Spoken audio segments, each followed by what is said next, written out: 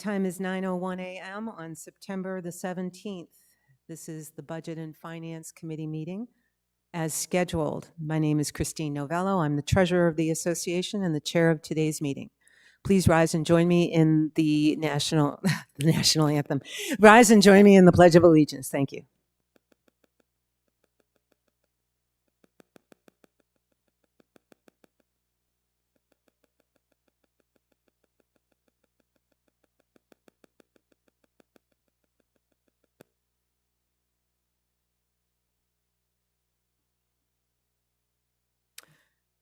Thank you, everyone.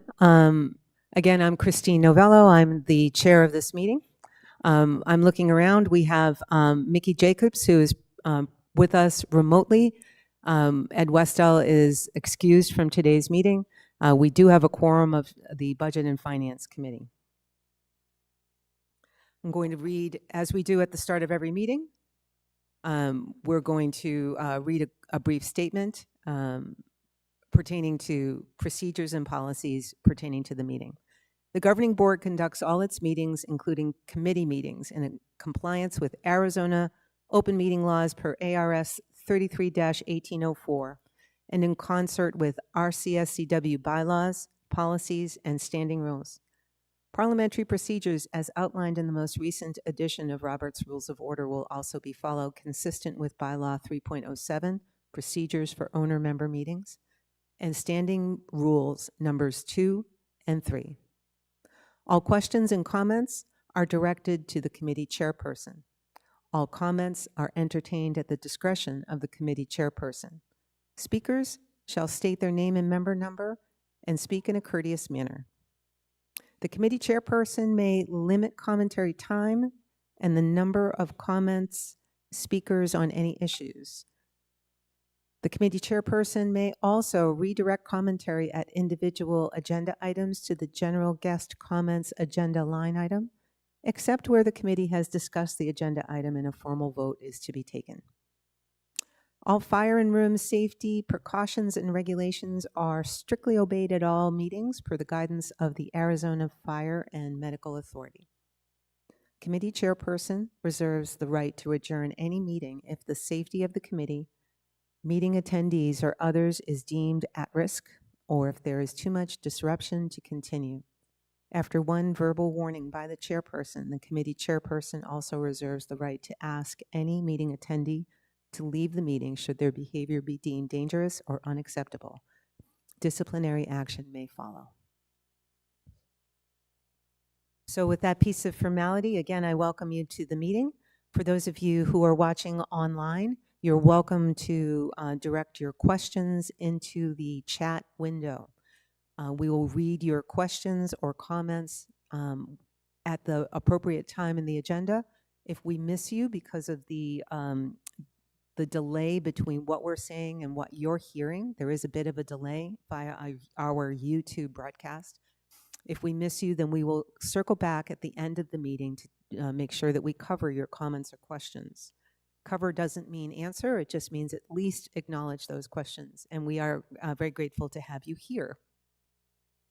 The committee introduced itself at the, in the interests of time, the committee introduced itself at our meeting on September 3rd. So if you'd like to meet the committee, understand who is who, etc., please go back to the 3rd. There's a presentation as well as a piece of our recording that will allow you to get to know us a little bit better. So we'll move on to agenda topic number 2.01, the minutes from September 3rd. You'll notice that there's a difference in the format of all of our minutes for governing board and standing committees. They're briefer than they had been in the past. They're really identifying key actions. That being said, everyone hopefully has had a chance to review those. If you have any objection to those accepting those meeting minutes, please just unmute yourself and say, I object. I object.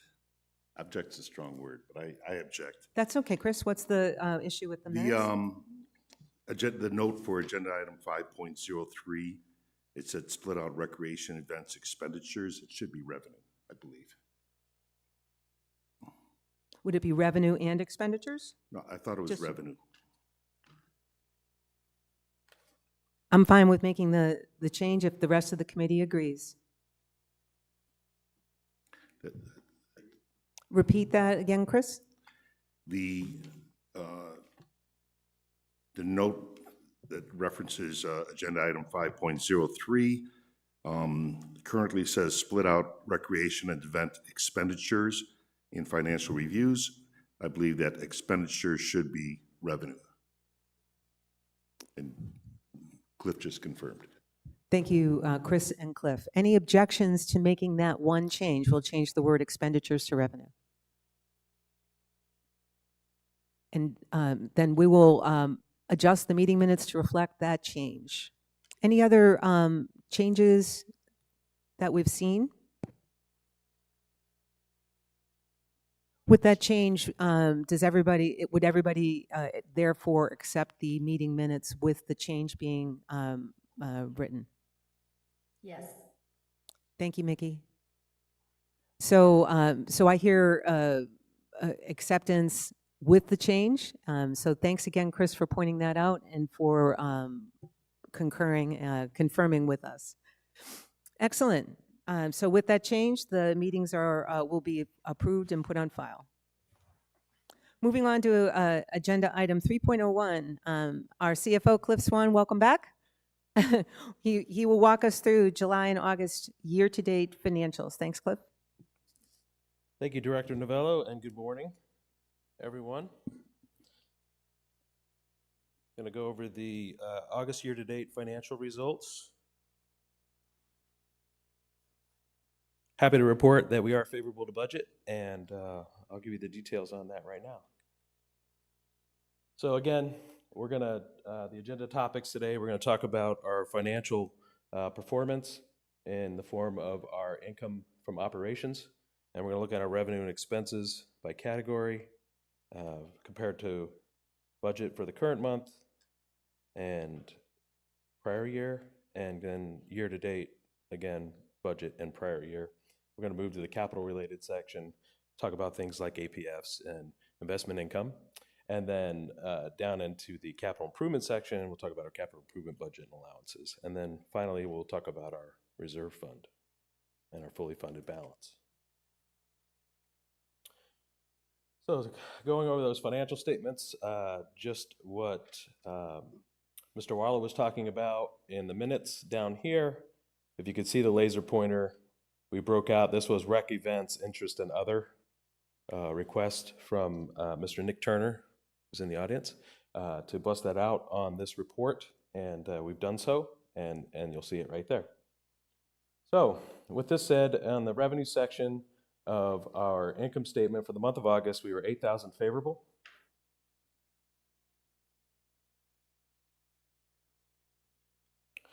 Looking at the expense section, $180,000 favorable, $47,000 favorable in wages and benefits.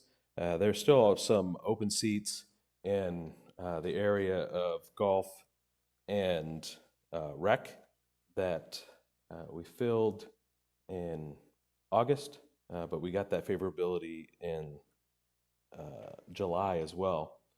And then honestly, most of this is timing.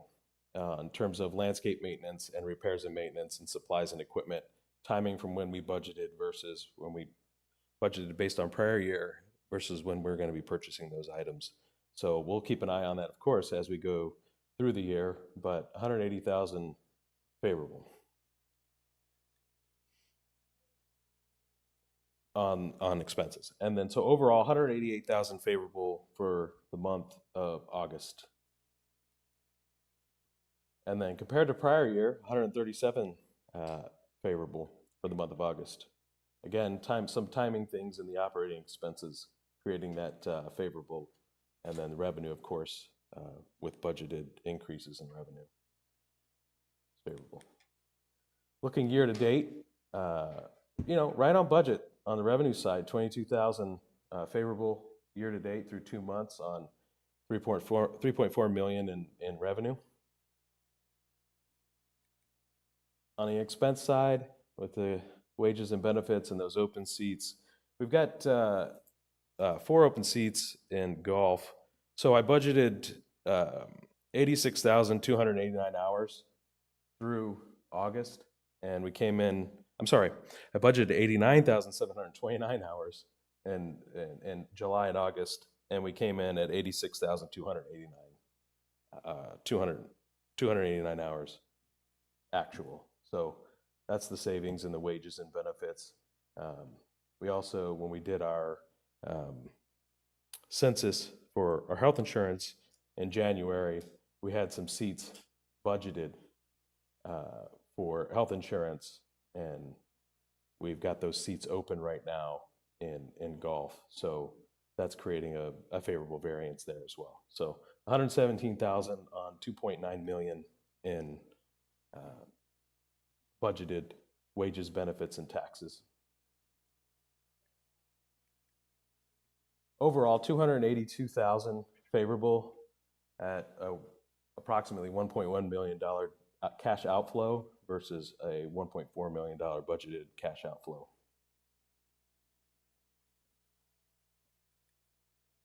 Compared to prior year, 116,000 favorable. Operating expenses unfavorable. We're unfavorable in wages and benefits to prior year of 83,000. Again, those are budgeted wage increases and health insurance cost increases over prior year. So it's 83 for wages, but we're 21 overall. So we've got some savings or some favorability in other expense categories, like I talked about earlier. That's really related to timing. So moving into the capital section, some really good news here. I think Miss Carol from oh my goodness, I'm remembering their names. Carol CapTrust? Romney, yes, from CapTrust. Sorry, she kind of teased this last BNF meeting, but 313,000 in unrealized gain in our reserve fund portfolio for the month of August. That pulling us even over the last, since they took the reserve fund over, that pulls us even with them at no deficit. And then a little teaser for next month, we are currently approximately with 90,000 in interest and dividends coming this month, and the current favorability 400,000 favorable for this month. So far, we're halfway through September, of course, but we'll see how we shake out. But good news on that front, 21,000, we made up a little bit of ground on budget for APF fees. I will say we're still not hitting our number for APF fees for through the year for the first 2 months. I'll show you that. Compared to prior year, 423,000 favorable in unrealized gains and losses of our reserve fund for the month of August. And then last year we had a realized loss of 126,000, which we didn't have this year. 62,000 in APF fees, greater than last year. Taking a look at the year-to-date compared to budget, you'll see we're a little bit behind in APF fees. I talked about that. I will say September's shaping up to be much better. We had a really strong May, June, July, August last year, so we didn't experience the same number of home sales, but September is shaping up pretty good. So we'll see how we shake out. But 100,000 behind on APF fees to budget. And right on with our estimated reserve fund allocation.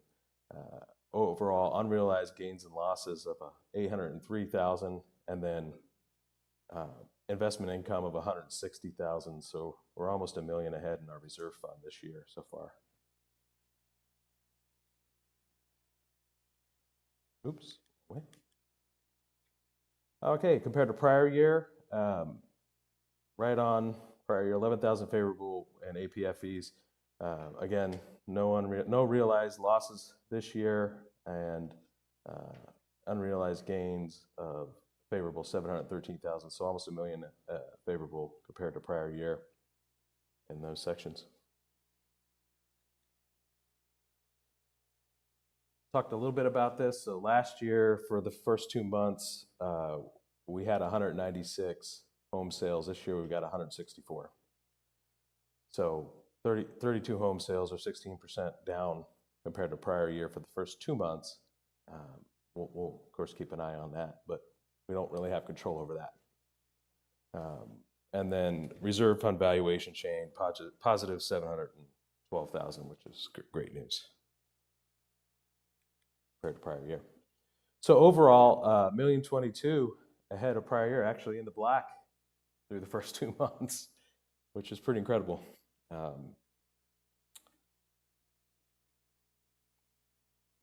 And then 992 ahead of prior year.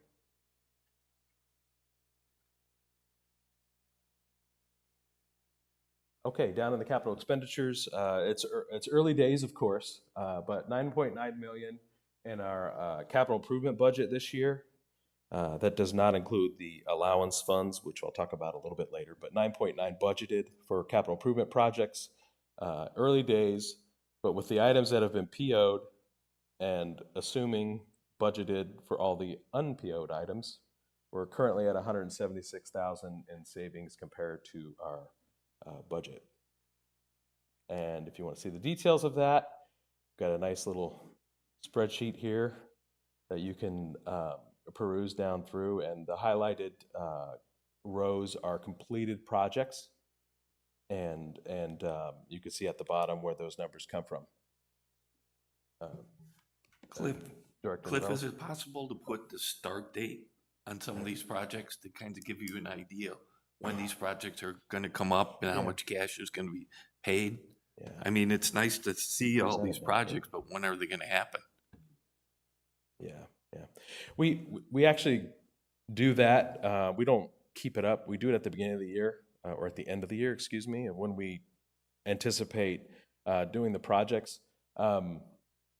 Yeah, I mean, we do that, of course, internally, but we can certainly put that together. I don't think that would be. If it's important for us to understand, I'm sure, and please direct future questions to me first, if you wouldn't mind. But thank you. If it's possible to do that, if it will be helpful to the committee, that would be great. If it's Sure, not a bit yeah, we less. can to anticipate cash flow and cash needs for sure, absolutely. But we definitely keep an eye on that. We're also managing our operating account, because operating account pays for everything. We also manage that with our short-term investments that we put out of our operating account. So we're all over that. But yes, absolutely, we can do that. Thanks. Any other questions? Thank you, Rick. Any other questions from the committee on I have a question, but I'm going to hold it until the rest of the committee goes. So it looks like John has a question. We'll start with you, John. A similar suggestion. I wonder if on the projected variance, if there could be a percentage of the project. So looking at a $3,000 overage on 160 grand is one thing, but 3,000 over later on down on 50, just that would be something that would highlight a question to see what percentage you were off as opposed to the amount. Okay, so you would like to see how much of that project is, if it's actual savings, or if it's like the project is paid for and done? Yeah, red, and if it's over by 10%, black if it's under, or something like that. Sure. So you don't want to see. So it's more like highlighting for us the areas of big concern from a percentage variance. So if you think that's worthwhile, that's our suggestion. Just a thought. Yeah. So do you want to see the project completion percentage, or do you want to see the savings or overage? Dollars. I believe, right? If it's over by 28,000 on 160,000, I want to know that it's over by, well, either one answers the question. It could be 110% of project. Oh, gotcha. Okay, yeah, we could do. Or it could be 97% or something. Okay. I'm sorry, I thought because some of these projects, they're reflecting overages and underages, and they're not complete. Right, so that could change going forward. Exactly, but that's a different thing. Yeah. Completion percentage. Yeah, and what if percent? they're not yellow, you would assume that, that could change. It could go up or down. Yes. But, so when we have I'm sorry, I should be addressing you, but when we have a large overage, what is the policy for Cliff to get that approved or let the board know that, this is going out? I mean, is there a process for when it's over to be alerting the rec board or the budget? This is the procedure, if you will, Right now. the operations, we receive as a committee, we receive the actuals or to budget and so forth. If there's a concern, we make a recommendation. Cliff and his team will make the same presentation to the governing board for action at that point. So every month that happens. Is So there's that correct? The $50,000 threshold comes into play there. But yes, so if there's an overage that goes in past the general manager's authority, we present a facts and findings to the governing board. When that happens. That's our process. Great. And then, of course, we give the update, like Christine's, Mr. Mello said. $50,000, what Cliff's referring to is that $50,000 is considered general manager or, operations discretion. So up to that point, it would be up to the general manager's discretion on how to report. Typically, we've seen if it's something that is a concerning trend, there's a lot of visibility, and we'll see that as a committee and as the governing board. But regardless, that's what you meant. Thank you, John. In the room, questions for what we just heard from Cliff? Mickey, any question?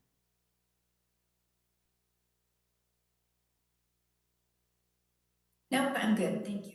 Okay. Cliff, my question is pertaining to the APF fees. I am not a legal scholar. However, there were some changes that to Arizona state law last week that will impact our ability to collect some of the older APFs. Have you and the staff had a chance to analyze the impact of that to our? If you haven't analyzed it yet, that's fine. But just I'd like to know: have you analyzed it, and if not, when might we see an update on that? We can give an update at the next meeting. We have done some analysis. The change that you're referring to is the state of Arizona has changed their laws when it comes to being able to charge APF fees for homes that are transferred to family members. So typically what we currently do, or what we did before August 14th, September 14th, it just went into effect. But prior to September 14th, when a home was passed on to a family member, we charged an APF fee, and then if they were going to sell that home, they had a year to sell it, and they would receive a refund for the APF fee. With the new rules, we are not allowed to charge APF fees to homes that are transferred to family members, essentially. So now, a lot of those homes are going to get sold anyway because they don't want the home. But what percentage those are, we don't know. We just don't know. But it creates some other issues for us because, it's always a nice incentive to get the home resold, get a new member in there, start paying dues, keep the house from getting dilapidated or getting overgrown in the yard. So it's going to create some other CCNR things that we're probably going to have to deal with as well. So that's going to be a challenge for us, and we're assessing that now, but it's going to be hard to put a pencil to it because we don't know how many of those homes are going to sell anyway versus not sell. Some other collections things as well that came up that are going to create challenges for us in the collection side of things. Some new rules there that are going to create some other operating issues for us that we're trying to assess and deal with. But the Reader's Digest version on that is that essentially if we get an attorney involved in a collections process, we've now got to get a personal judgment to be reimbursed for those attorney's fees versus, So there's those a are gonna be lot to challenges. consider, and I didn't mean to put you on the spot with the details. It's more at some point, we will receive an update on what we can expect to see. It will have a bearing for the committee. Whatever the results of the analysis are, will have a bearing on the operating budget for the next fiscal year. Like the team constructed a budget for this year without knowing that this law was going to change. So there will be some impact. Suffice it to say, Cliff, that we will receive an update on this once you've had a chance to analyze. It literally just changed like a few days ago. Yes, yes. So- We'll be presenting something. We can go here and governing board, but I Yes. imagine that it works. Yeah, I would imagine it will be both, Okay. but whatever makes sense to you in terms of the how. Cool. I think this committee needs to understand what the impact will be, that's all. Okay. Any other questions for Cliff from the audience or from the online audience? Got a couple more slides. Oh, hold on then. We didn't talk about my favorite thing, the fully funded balance. I mean, come on. And I should have this committed to memory because it's also one of my favorite things. Please Yes. continue, and I apologize. No worries. Okay, so the details on the capital improvement budget so far. And then switching to allowances, we had one allowance spend. It was the media for the pool sand filters over at RH Johnson. 10,000. Essentially, the media was glass. At the time we decided on glass, it was supposed to have a longer life, but because of the size of the room and the amount of filters we have, those filters have to be put on their sides, which changes that media in terms of its useful life and efficiency. So we've now put that in the reserve study for every 5 years to replace the media in those pool filters, and we switched it to sand. So, but anyway, $10,142 in allowance spend to take care of that issue at RH Johnson. And then we've got another one coming up. It'll probably be on the next one. We got the pool down where there's some valves we want to change in the piping as well to push that water through the system in a more efficient way. But we're going to do that with some allowance funds as well. Okay, so my favorite part, the fully funded balance. We talk about our fully funded balance. We talk about it in terms of what our FFB percentage is. So basically, how much do we have in our reserve fund to pay for the projects that we know we're going to have to repair and replace. And currently, or at the end of 2023, 2024, we were approximately 51%. And we kind of track all the pluses and minuses that impact that. And as you can see, they're all green right now, which is awesome. And this year we budgeted for 47%. So we're certainly on track to hit our 47% number in the fully funded balance. And that concludes my financial presentation.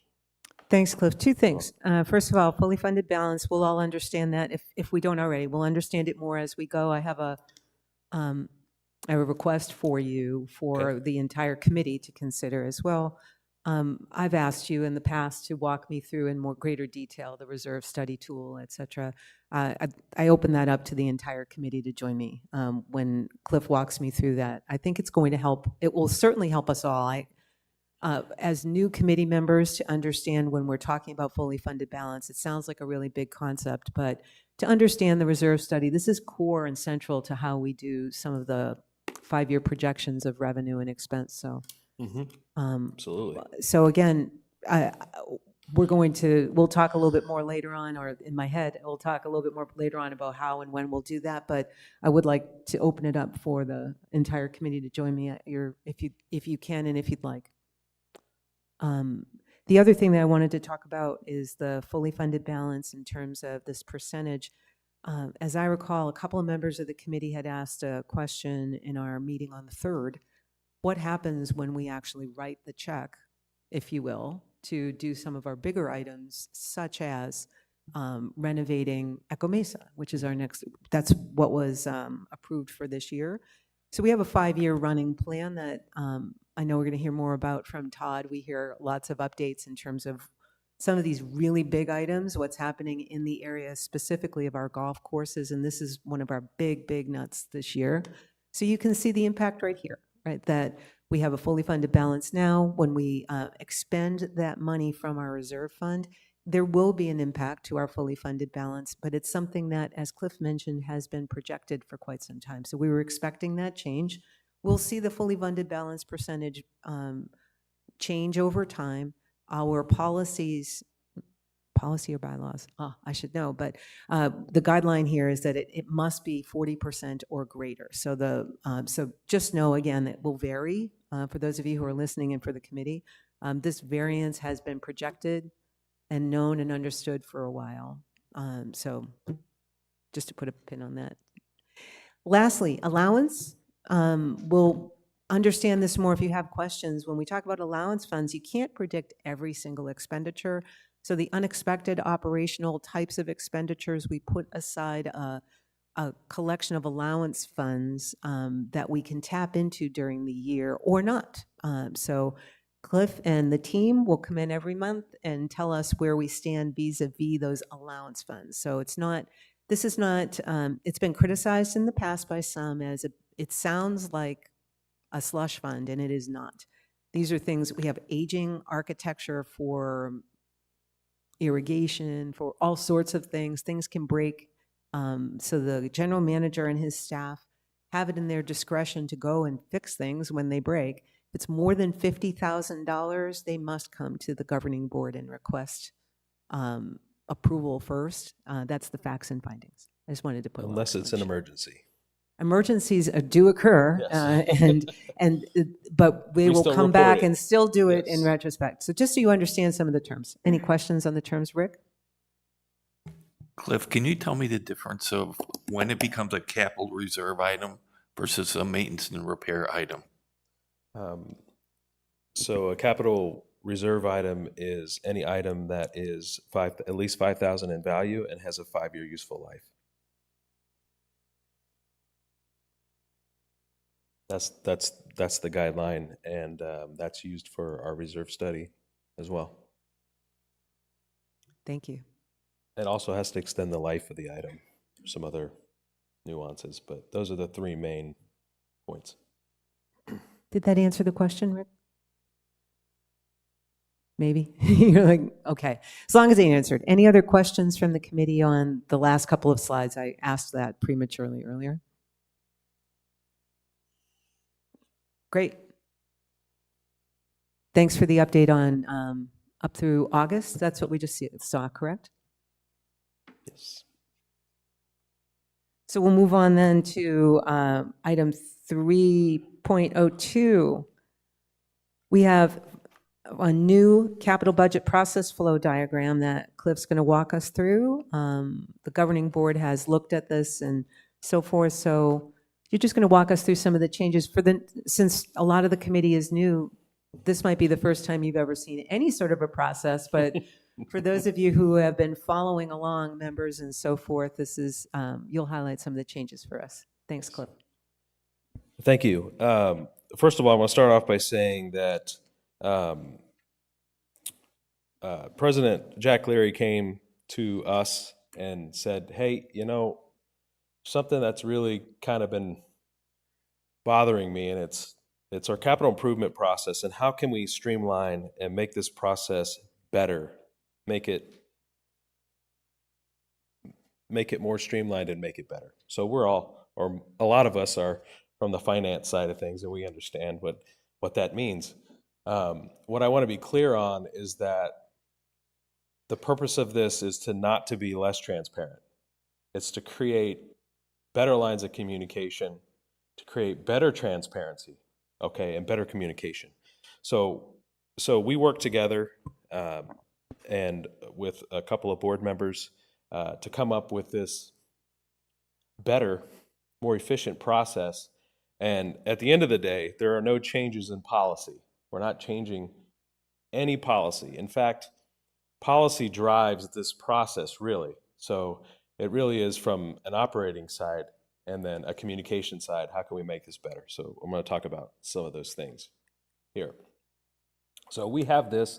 It's attached to FA Policy 01, and it basically explains our budgeting process.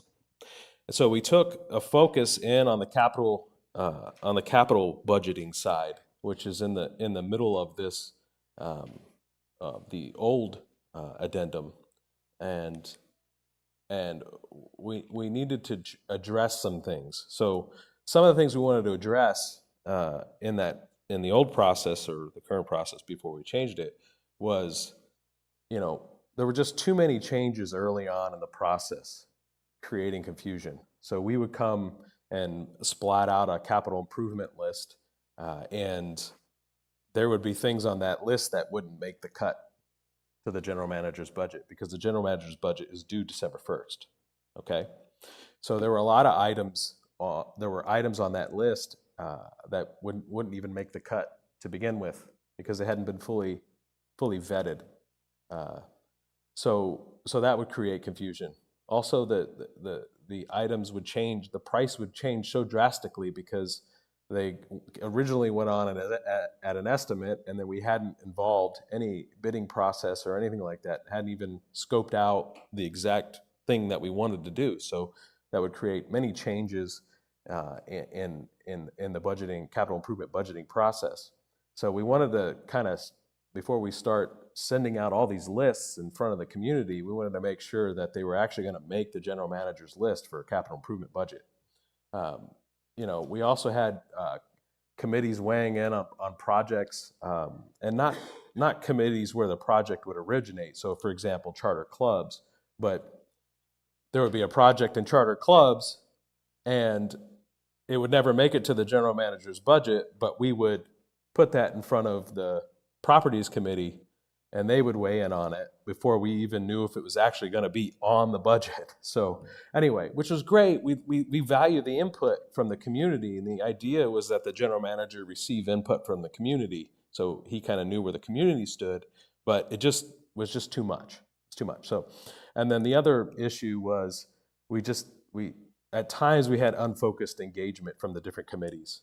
So lack of focus of what they're really in charge of. So we wanted to be very clear about what the committees were going to be discussing when it arrived at each committee.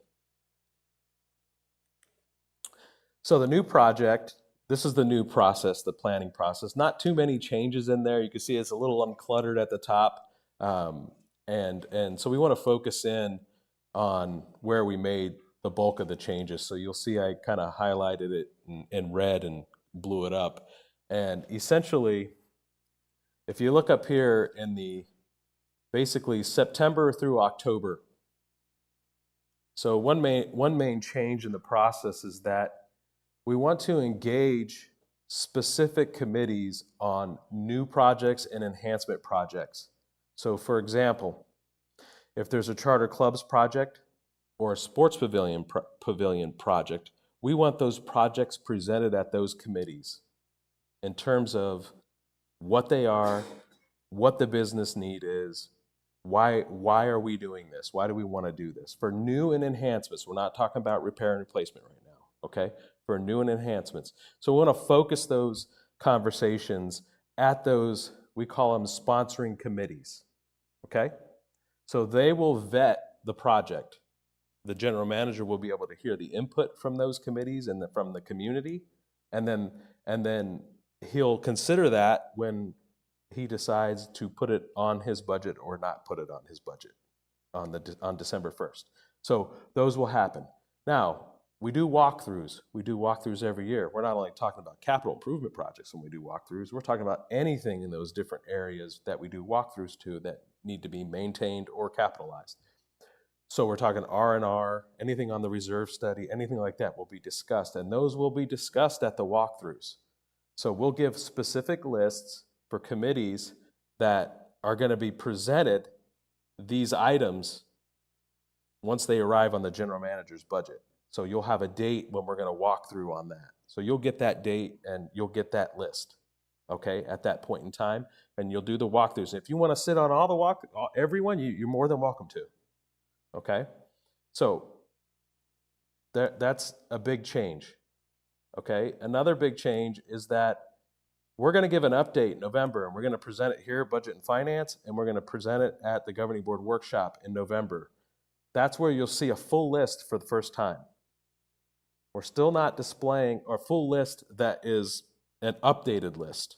Okay, so these are the things that are still being considered, and honestly, it's going to be 95% there. But we're not going to be presenting any pricing yet at that time until December 1st, when the general manager comes out with the full calendar list. So if Properties has the pin setters at the sports pavilion on their list, they'll be able to weigh in from a Properties perspective on those projects, and they're going to be focused on design elements, building elements, code, things like that. That's going to be their focus. Budget and Finance's focus is going to be reserve fund impact. What's the cost? What was the bidding process, or where are we at? All those finance related projects.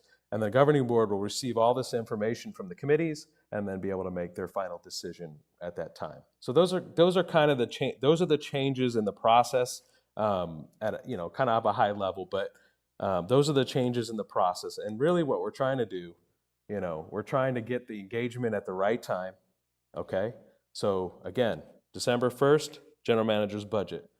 We're trying to discuss the new and enhancement projects right then and there before that, so that the general manager is informed and has information from the community.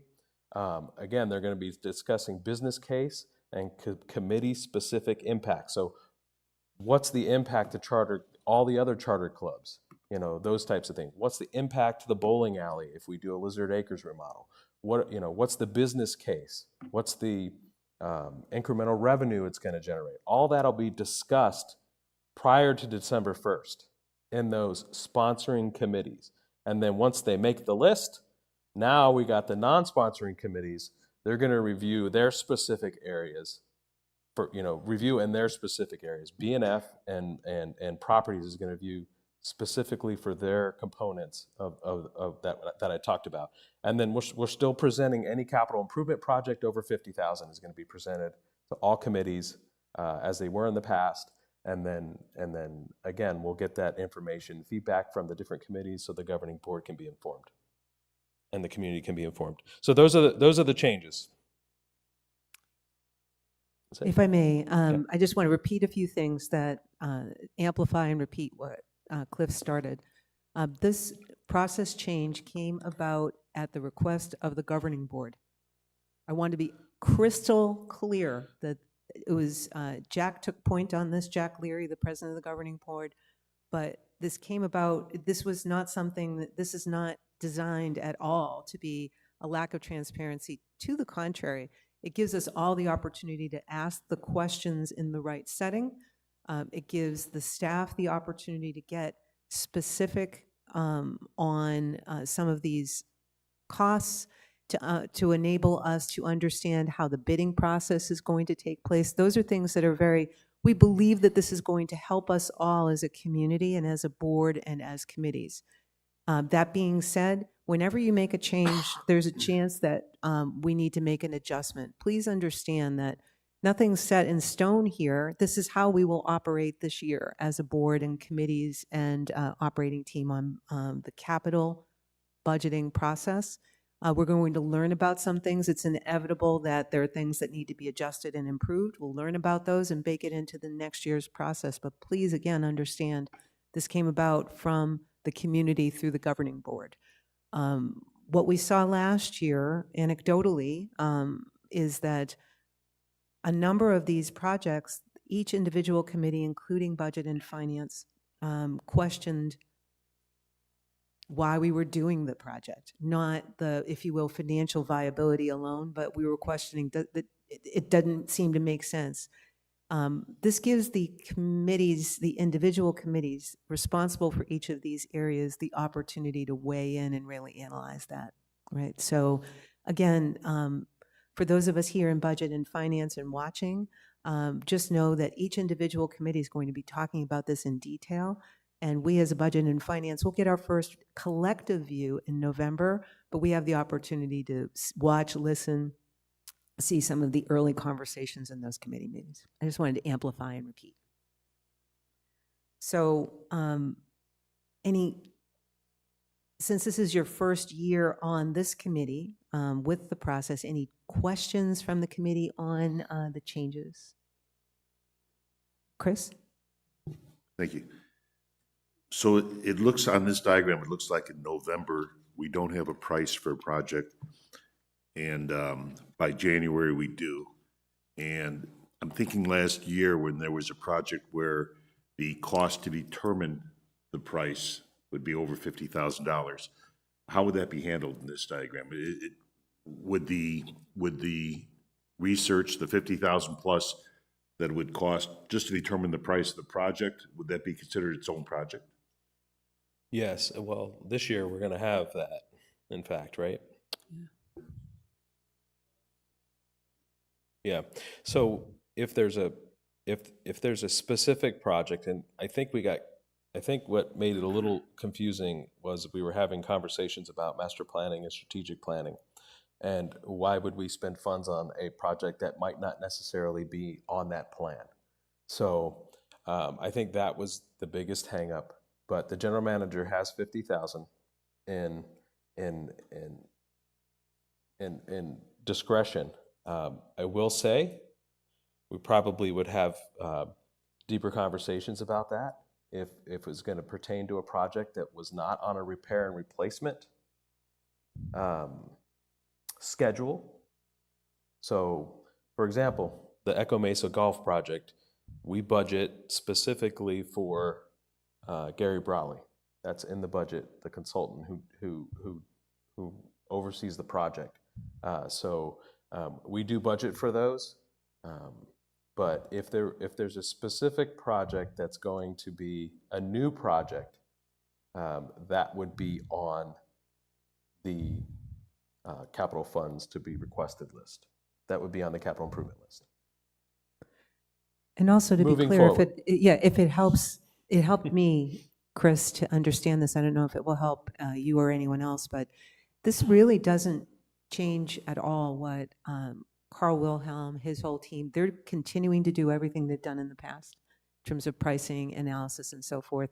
What it enables the team to do, the operations team, is to spend more time on making sure that we have adequate number of bids, that the costs have been analyzed and reviewed, and the viability of this expenditure makes sense to the sponsoring committee.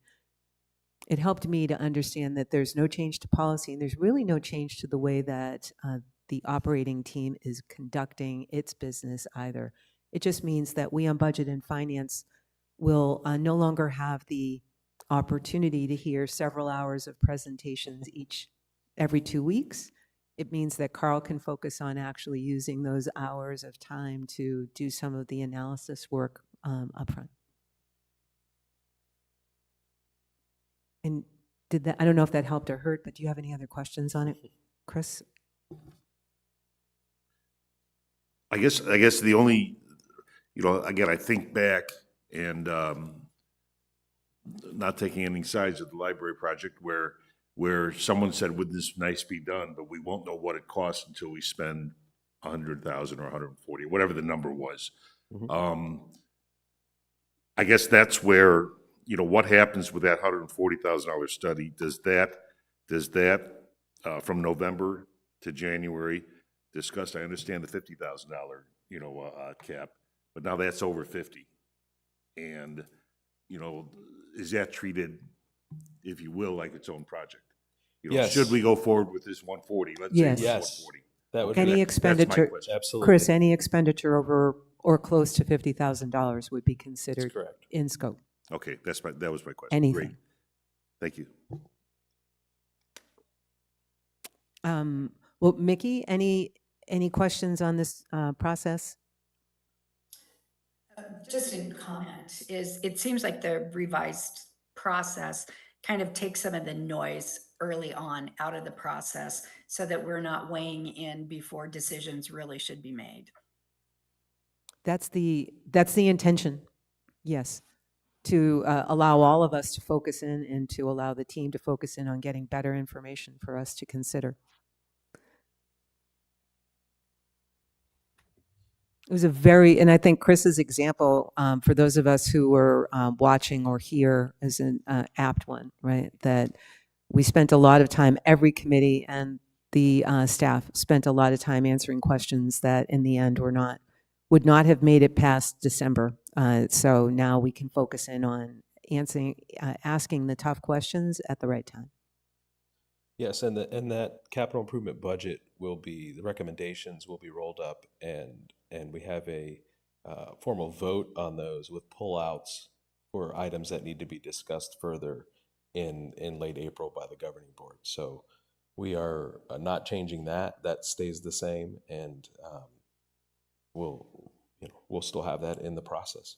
Excellent. Are there any other questions from the in-room committee? I had to call on you, Mickey, because we can't see you. Thank you, Chris, for your questions. John? Are we using this new format and timeline for the current year? And are we on schedule, given that we just got our new general manager? Yes, But it says that that he's working, so any capital projects for the 2025, 2026 are already submitted and working Yes. their way through. Yes. Yes. So for an example, if a charter club, if the men's club wanted new poker tables, just to throw something out there, that would go on next year's list of submissions for the 2026, 2027 budget. Is that correct? They didn't turn it in before July 1st. Yes, sir. Yeah. That's great. So just to further amplify, yes, remember too, although our new general manager, Mr. Erno, just started, we had an acting Right. general manager, and the entire staff has been busy working on this, no changes at all, right? So everything has been going exactly as you see. Right. We're a little, given that process, in the future, we would actually start with each of the sponsoring committees would be working like this. So from their very first meeting in September, they would be receiving those presentations. That's the bit that's a little behind, but we are following the process. but we're still following the process to the best of our abilities this year. So Yes. for budget and finance, that's why today we won't be seeing the full list of everything that has been requested. But we've been invited, as you guys all know, we've been invited to join the properties committee when they do their walkthroughs and tours. The golf committee has not yet scheduled those walkthroughs or ride-throughs in that case, because they've decided as a committee to conduct those during the period that's called overseeding, when a particular golf course is actually going to be closed to play. That way we're not interrupting residents and guests when they're playing. So as those walkthroughs are scheduled, we'll hear more about that through the golf committee. But any other questions from the committee in the room? Then thank you for walking us through the process. Again, this is something it's new, so it's inevitable that we'll be tweaking it for the coming year, but thanks for walking us through. Great job summarizing. So now we'll go into 3.03. Welcome to the microphone, Mr. Carl Wilhelm, and we'll also hear later from Todd Patty as well. Yeah, what an introduction. Thank you. Good morning, committee. My pleasure to be up here this morning and share with you what we've accomplished year to date. Little update prior to year to date. There's always a handful of what we call carryover items, things that travel from the previous year's budget into the new year's budget just by construction dates and timelines or slight project delays or anything like that. So if I have anything like that, I'll mention it, not to confuse anybody of items that weren't necessarily in this year's 24-25 budget. So to get started, the FY 24-25 capital budget report for R.H. Johnson. The Social Hall Hardwoods Screen and Seal project was completed on 7/10. Racquetball and tennis the hardwoods screen and seal were also completed on 7/11 and 12. The Sports Pavilion sound system renovation was a carryover project from 23-24, and it was completed on 8/7/2024. The Member Services awnings replacement was completed on 9/11. The Agriculture Club storage building roof shingles were replaced due to storm damage, and that project was completed 9/12. That would be an example of structural integrity and would have come out of the allowance budget, which you'll see in a future month reporting when a county gets that through their process. The spa, R.H. Johnson Spa pool storage and small maintenance building foam roof restoration was completed 9/13. The tennis facility resurface courts, courts 1 through 16, 8 through 15 right now are in progress. The vendor is a little bit behind due to their commitment to the rec centers of Sun City West. They said they would show up and do the court resurfacing at R.H. Johnson Tennis, the pickleball courts at R.H. Johnson Sands facility, and the Palm Ridge courts for pickleball with multiple crews. They got tied up due to weather down in the Southeast Valley. The Southeast Valley definitely experienced some delays in their court surfacing projects. So right now I'm operating all three projects kind of balanced, if you will, with one major team that they've provided. And their hopes is to help get me caught up a little bit this weekend with some extra staff. So I might have some delays there, but the projects are going well. Moving on to the pickleball facility here at R.H. Johnson, the windscreen replacement was actually completed over the weekend. I show it on this report as project in progress, but it is done. The pickleball facility courts are about 50% resurfaced. They are to their base acrylic coat done, and they are starting to work on the actual court colors right now. Outdoor pool rubber deck warranty replacement, that project is in progress. As of this morning, we probably have about 80% of the deck tore out with the good selection and rental machines that they use to scrape the deck. So most of the rubber is up, and now they're going to move into a big cleanup project before we start resurfacing that deck. The admin building flat roof restoration, the roofers are on that project right now for the next week and a half. And parking lot 3 at Social Hall Sports Pavilion seal and stripe, that project's scheduled to begin 9/23.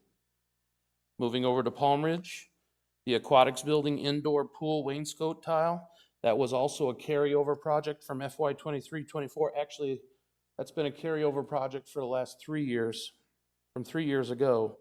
And COVID kind of screwed up supply chain and the ability to get the right tile for the project. So we kept stalling and holding on to that budget line item until we encumbered it until the right project came along, and that would have been the deck replacement that we completed. So the Palm Ridge indoor deck, pool deck renovation and that wainscot were both completed between July and August. The outdoor pool deck renovation was completed on 7/26. The pickleball facility shade canopy replacement was completed on 8/7. The fitness room strength and audio and cardio equipment replacement was completed last week on September 12th. And following that, we did a manufacturer's rep and our service contract provider, CC Fitness, came and helped the community learn the new machines. Wasn't drastic changes. In fact, the vendor that won it was the same name brand for the cardio that it was previously in that room. And it was just a great, successful morning. We had over 100 people come through and learn how to operate the machines. The IT department and Russ Boston's team and myself, we made a determination to cut the cable for Cox for all of our cardio equipment. And we upgraded our Wi-Fi, and now the residents that use that equipment have the opportunity to do full Wi-Fi streaming, get into the modern age, cut that cable, and they are really enjoying it. You have over 100 channels that you could watch while you're doing a workout. So we just basically traded Cox services, bolstered Wi-Fi, and deleted a lot of cabling.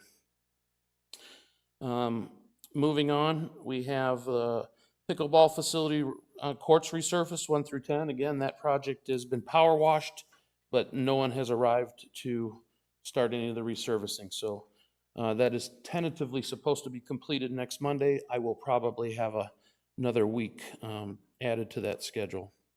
The activities and aquatics building flat roof restoration project is scheduled to begin 9/26. So we'll have roofers all over those buildings restoring our flat roof areas. For the education of this committee, when we do a roof restoration, by warranty, it extends the life of our roofs by 10 years. Our roofs average 12 years, working together with a roofing consultant and doing testing on the roof. We've been averaging about 12 years of use, so we get 2 extra years out of our restorations on average. And this keeps us up to date on our roofs from a restorative process that keeps us from having to do the large expense of fully tearing off a roof. So in my tenure here, we have not had to replace a roof yet due to our rotation and restoration scheduling.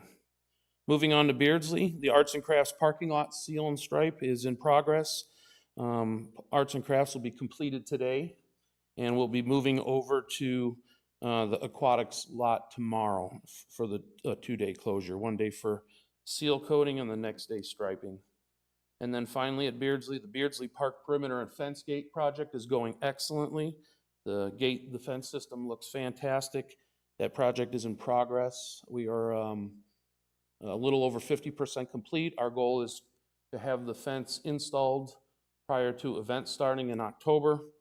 So the only thing that I might have lingering is the electrostatic painting of that fence. So that's part B. But our park should be secure. If there's anything that I need to support the events department in, we'll put up a small area of snow fence like we used to.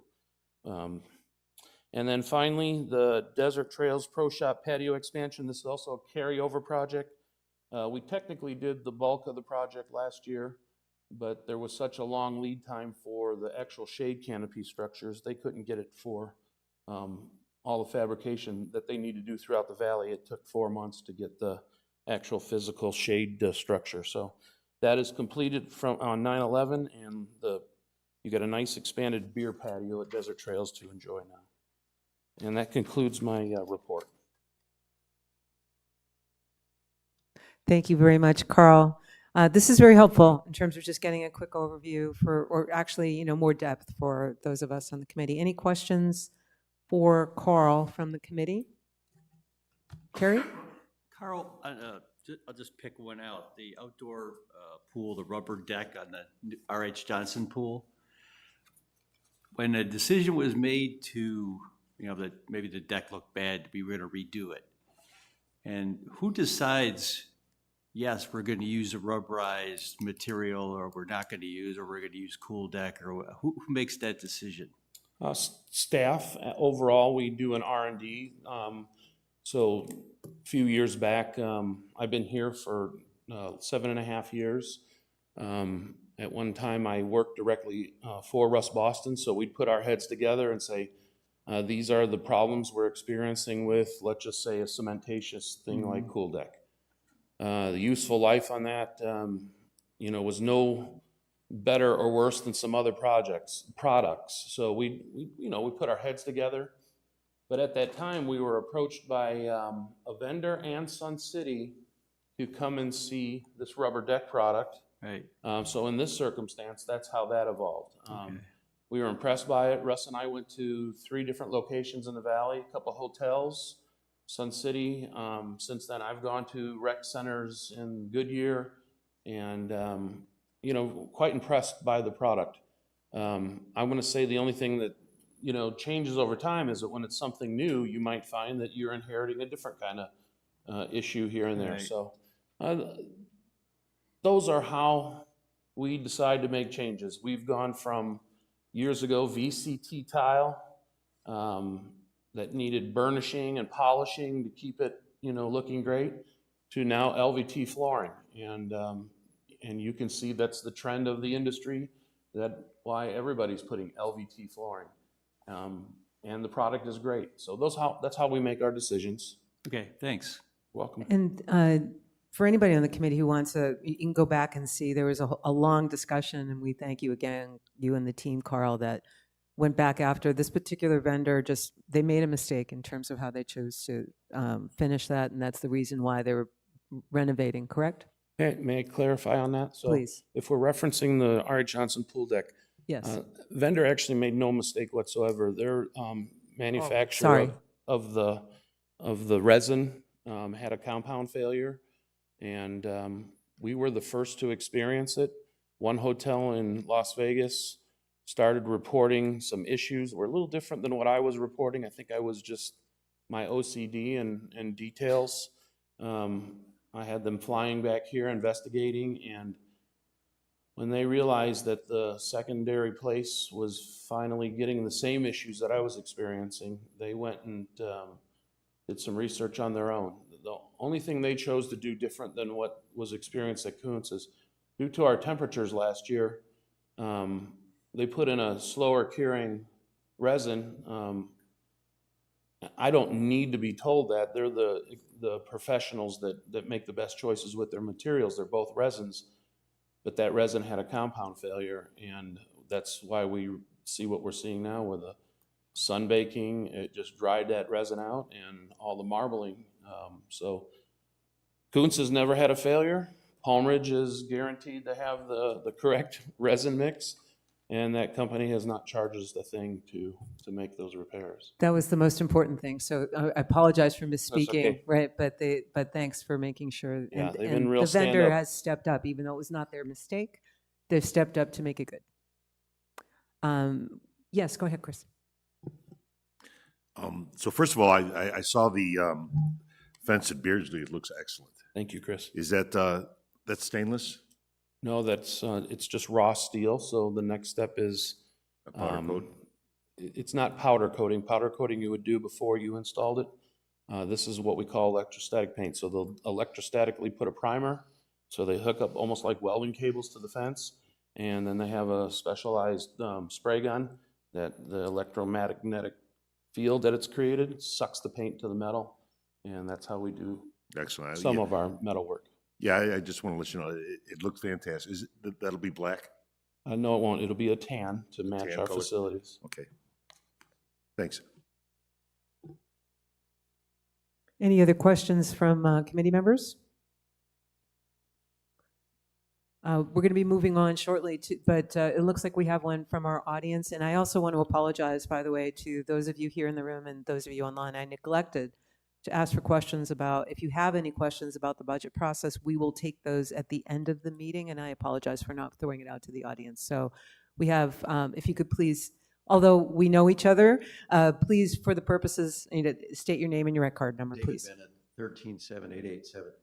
I just had a question. You seem to skip the Kuntz, the ADA softball bleacher project, and since we're involved, I just wanted you to expand on that. Thank you. Please. Good catch. Thank you very much for pointing that out. Kuntz softball facility concrete ADA ramp project was completed on 9/13. These are those opportunities, again, with allowances. The softball club, for the fiscal year budget of 25-26 that we're going to be working on, also put in a CR13 for some ADA bleacher improvements. Well, ADA and safety are taken at a different level than just a capital project request. So discussing that with Russ Boston, myself, and knowing that we had our approved allowances for ADA upgrades, this, I think, $4,000 or $5,000 expense. Obviously, I can't remember if it became an operating expense or if it was actually a capital allowance. So I have to rethink that. But regardless, I had an opportunity to solve a problem now due to concrete being available in a short pour. So we decided to put in a new ADA ramp per the request of the softball club from the clubhouse down to R.H. Johnson Boulevard, which helps our ADA residents from having to go all the way down the sidewalk system, down the Kuntz sidewalk system, and around to the clubhouse It's a big help for them. And then the residual concrete we poured where some pavers were behind the bleachers. The club is interested in pulling the bleachers back, or having us pull the bleachers back, so that they can create a safer ADA approach in front between the first baseline and the actual bleachers. So we were happy to do that in advance, and it keeps it from having to even go on the budget. You're welcome. Thank you for your question. There are no questions or comments yet posted via YouTube. So we'll move on from there. And thank you again, Carl. We'll be seeing a lot of you at these committee meetings, and thank you. So Todd Patty will join us now to walk through the next step of this of 3.03. Hi, good morning, and thanks for having me today. I'm just an update on the Echo Mesa project, which is scheduled to start next year, Monday, April 7th. But it's the current fiscal year, so we've Yes, it already is. approved it. Yes, That's the you've reason already why. approved it. Just wanted to clarify for Yes, anyone absolutely. listening. Go ahead, Todd. So we have completed phase one, which was the planning phase of the project. That was the irrigation design, turf reduction, pump station, and those kind of things. The design plans and documents submitted by Gary Brawley. The field staking was just done recently. I think it was August that we did that. And we had a budget of $206,000 for the phase one. We did come under budget at $171 or $35,000 under budget, and I'll talk about that in just a little bit on the under budget. So phase two, which the cost review, we did bid this out to Heritage Landscapes Unlimited in Wadsworth. As you can see, Wadsworth was low bid this time. Landscapes Unlimited was the company that actually did the Grandview project last summer, but we are going with Wadsworth at just over $5 million. And you can see kind of broke it out a little bit. Design team, pump station connection, and then our total project cost at $5.5 million. So just to give you a little detail to the design team, what's involved in that is engineering for mainline hydraulics, and they build the flow zones for the irrigation software program. They develop irrigation software programs for the Rainbird system, which is what we use on all 7 golf courses. Field staking of all the interior heads and valves is included in the design team, and then provide on-site quality control during the entire project. So the good thing about Gary Brawley, he lives very close, so if I called him up, he could be here in 10 minutes. So that's kind of nice that he's not out of state or on the other side of town, so he's available at any time.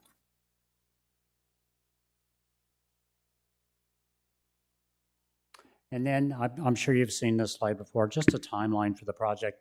Not much has changed other than the installed new pump station. That was scheduled originally for August, but we had a very dry summer, very hot summer if you were here.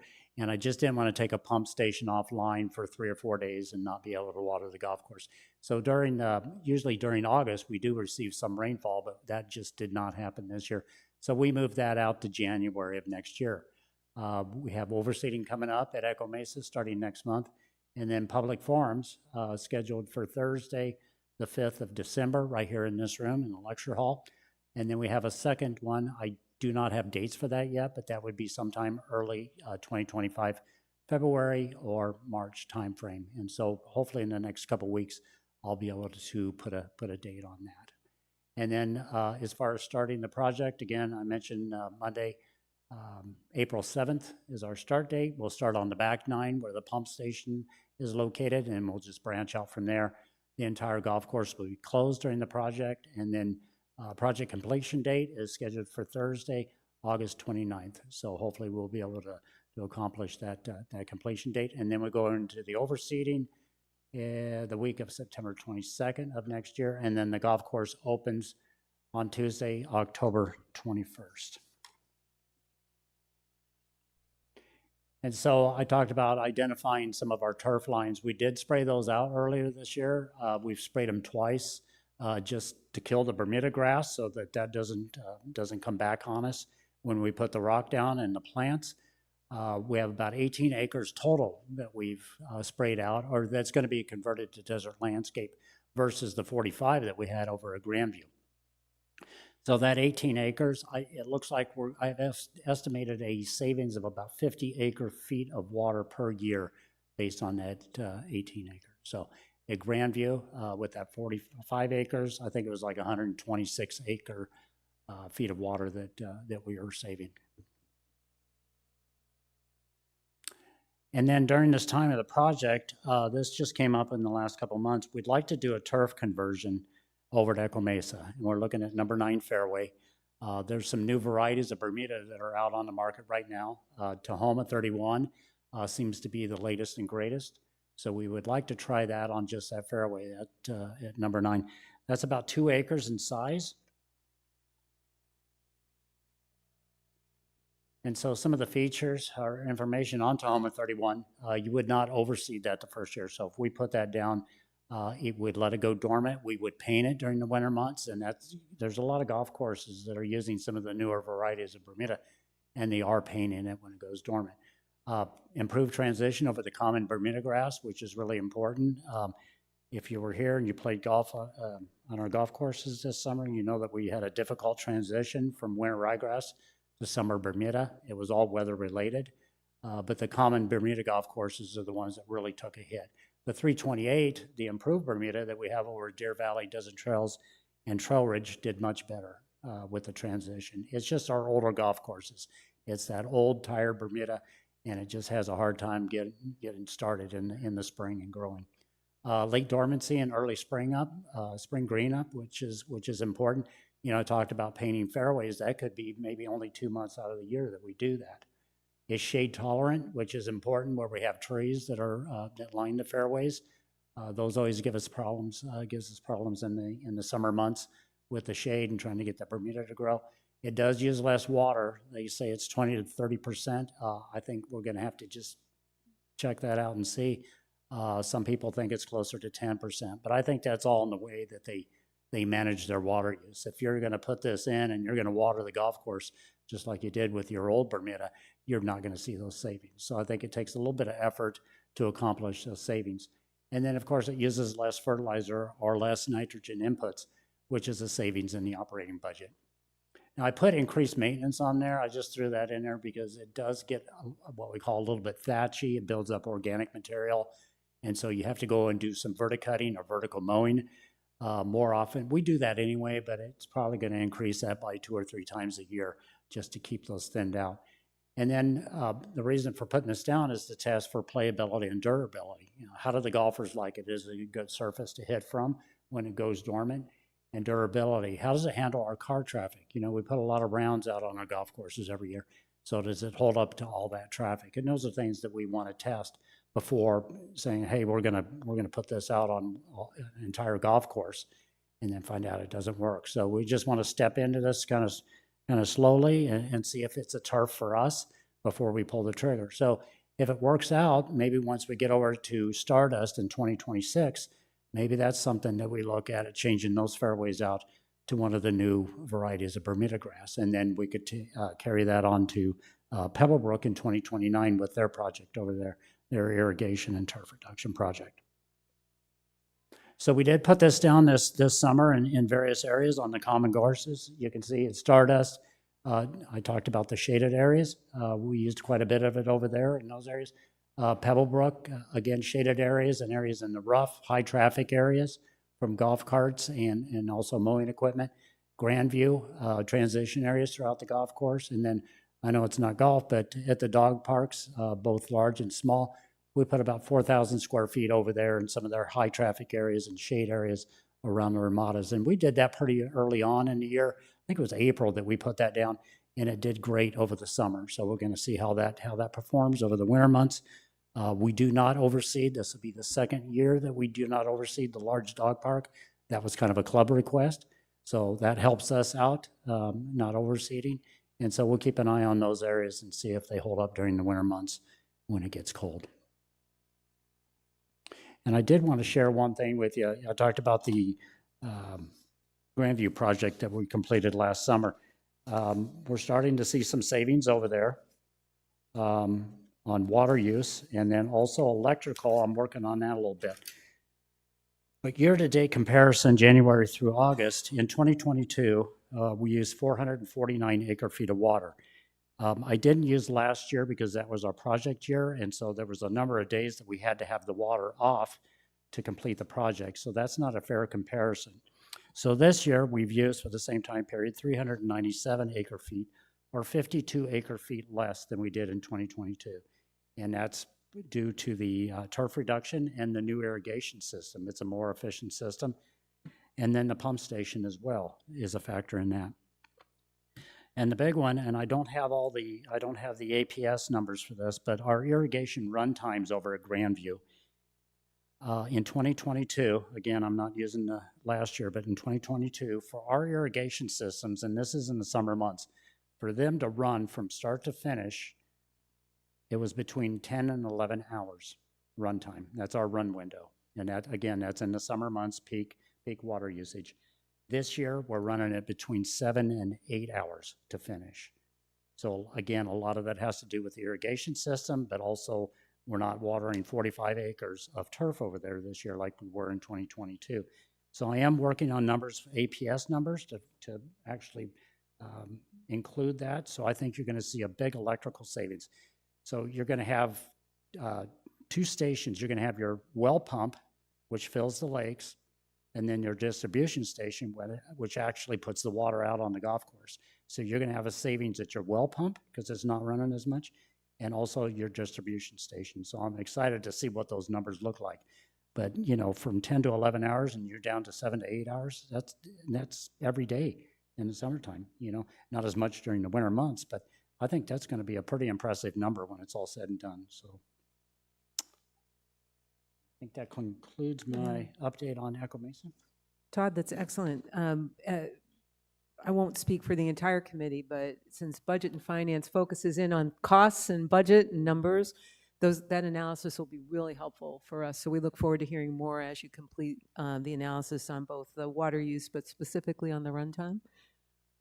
Question for you about the cost of the Tahoma and the cost of this new, of the trial. I don't know what else to call it, the Right. Echo Mesa 9, right? Yes. Is there a cost difference between what you budgeted and what this will cost now? Yes, there is. It's about $24,000 per acre for this, and that's start to finish. That's removal and all the spray out and all that.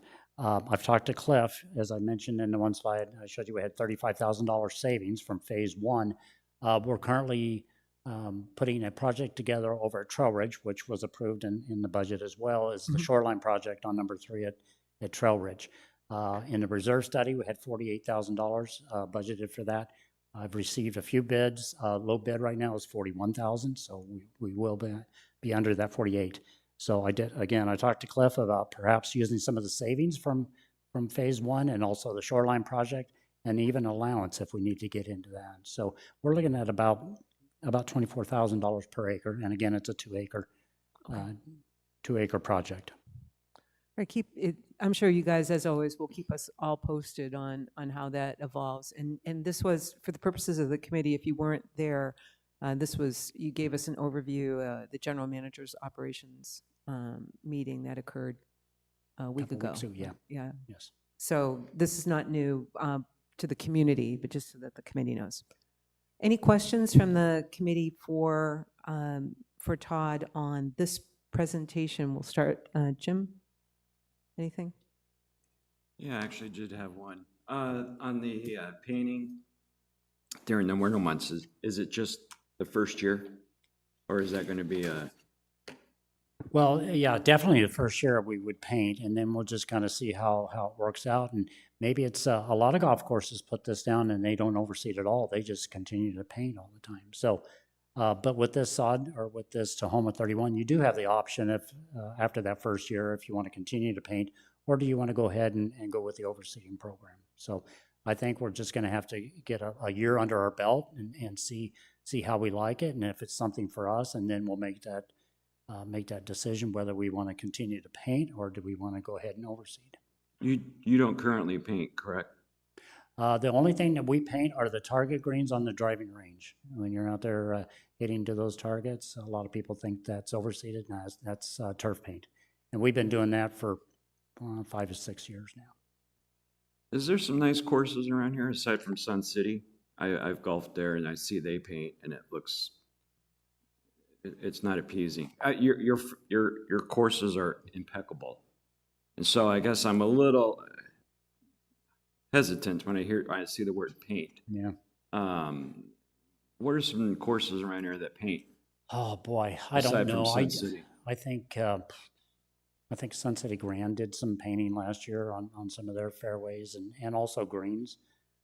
That seems Okay. to be the new trend, putting in some of those new varieties, even not on fairways, but even on their greens, whether they go with a mini verde or Tiff Eagle or that kind of brand of Bermuda grass, where you don't have to overseed it, but you do paint it during the winter months. But I know there's a number of golf courses in the valley that do paint. Yeah. And the thing about the paint, it's been around forever, but when they first started out, boy, it was pretty ugly. They called it turf paint, but man, you had to have your rates dialed in just right, or it was either a turquoise color or it just. But they've really improved the paints, the turf paints that they have out on the market right now, and I think we found one that works best for us. And we also have a formula, for mixing that, and it gives us a pretty good look. All right, thank you. You're welcome. Any other questions? Chris? No, thank you. Okay. To my right, any questions for Todd? Mickey, any questions? No, thank you. Audience? We really have one resident left. Online as well, I'll look and see. I didn't see any questions earlier. All right, no other questions from me. That was a helpful update. Okay, thank you. Thank you very much. So we're going to move on then, agenda topic 3.04, policy reviews. Sometimes it's hard to draw the distinction, so I'm going to go back. Again, this is the 14 policies that we have and financial policies. At our last meeting, you can see in our minutes, we identified as a committee 3 policies that you'd like to consider revising. Those were 5, 12, and 20. So if you had a chance in the past 2 weeks to look at the rest of these, so I'm sorry, just to be more specific, FI12 has to do with insurance, FI5 is insurance, FI12 is investment, and FI20 related to petty cash. I do not want to talk about what we want to do, but rather just want to pull out or identify any policies that would require some sort of a rewrite. So I'm going to start with Jim, because Jim took the time to send me a very comprehensive memo that I did not respond to, and I apologize for that, Jim. It's my understanding that 5 might have been identified mistakenly. Is that correct? And you can go through the rest as well. Yeah, scratch 5. And so I just give you the ones and just let it go at that, or do I give some reasoning? Why don't you identify the numbers, and then we'll take it from there from the committee. Because it's really up to the committee to agree or to have consensus that they need to be revised. So why don't you start from just the numbers and identify which ones they are, please, by title. 9, 10, we already talked about 12, and 17, and we've already talked about 20. Mm-hmm. And then just a high over, there's kind of an inconsistency with the fonts, the font height in a few of the other documents. Just be nice to have some consistency. Excellent. So just for those who are following along at home or here, FI9 has to do with really when the association was being developed, but it's an owner-developer facilities investment fee. And in addition to, I know you have some questions on that. I believe, Jim, you've identified a few areas that may require revision. Yeah, I was just looking for the definition of a couple. Special housing was used. It'd just been nice to have some clarification on what that is. Mm-hmm. And then we talked about the skilled nursing. And then why is the developing unused residential land mixed in with the same policy as facility usage? It seemed like it had kind of dual purpose within the same policy. Okay. So for the committee, what we're looking for is consensus that this policy would need to be revised. So although it sounds extremely, I don't, Chris pointed this out earlier, the specific words to use are "I object." So even though it sounds very specific, if you do not, I guess if you disagree with the assertion that this policy needs to be revised, the words to use today would be "I object." Does anyone object to revising FI 09? Chris? Can I ask a question? Oh, sure. Clarification question. Thank you. I was looking at this as, does this need to be discussed or reviewed? And not a decision of yes or no, does it have to be revised? Is that the right way of looking at it, or could we word that differently? We could word it differently. Discussed could be, as Jim was outlining, that some of this could just be up for discussion, and then we decide, does it need to be revised? So yes, does it need Right. further And- discussion beyond merely moving on? And I didn't necessarily mean today. We will not discuss it Correct. today. Okay. So does it warrant thank you for clarifying. That's actually a great clarification. Does this warrant us taking a look at it further? So at this point, Jim's saying this warrants some discussion. It could be a revision. It could be nothing. FI09 is the owner developer. Any objections to discussing this in an outside of this committee? We'll form a working group or someone to look at this. Okay. FI10 is the procurement policy, and this one pertains, there's actually an awful lot here about bidding and RFPs and so forth. So this is one, Jim, I believe, beyond font size, right? But this is something that you believe warrants some further discussion, correct? Yes, it was basically the, I appreciated the, each disbursement had a required documentation, but it just seemed like, why are we not requiring the original quotes to be attached to this disbursement as well, as a matter of record? I'm not sure if that's policy or procedure, but nonetheless, that's the question that you have. So it's something that we could discuss. Cliff, do you have a quick weigh in on that topic? I don't. I think it's more something that we'd have to look at, frankly. Quick weigh-in is, we do, a lot of times for capital projects, have that, Right. but not for everything. But we also bid out things under 5,000 as well, Right. which isn't in policy. And I don't know whether if it's policy or procedure, some of those details are done, but I think that was Jim's question. Is it policy or question? So that might be something that we have a conversation about offline and look at. Yes. All right. Jim, the last one that you had that you were looking at was asset preservation fee, FI 17.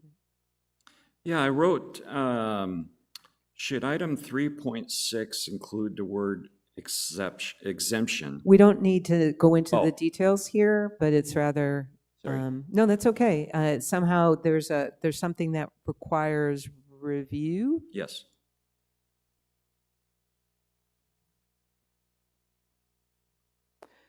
And honestly, we had talked about some of this.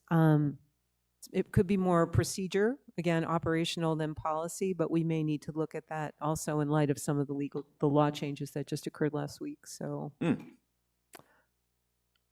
would Any- be, yes. so again, we have a total now of 6 items that we want to. I'm sorry, 5 items potentially in policy that we are looking to discuss in more detail. FI12 is investment. FI20 is petty cash. And that's whether or not we even need a policy for that, right? I think that was the point.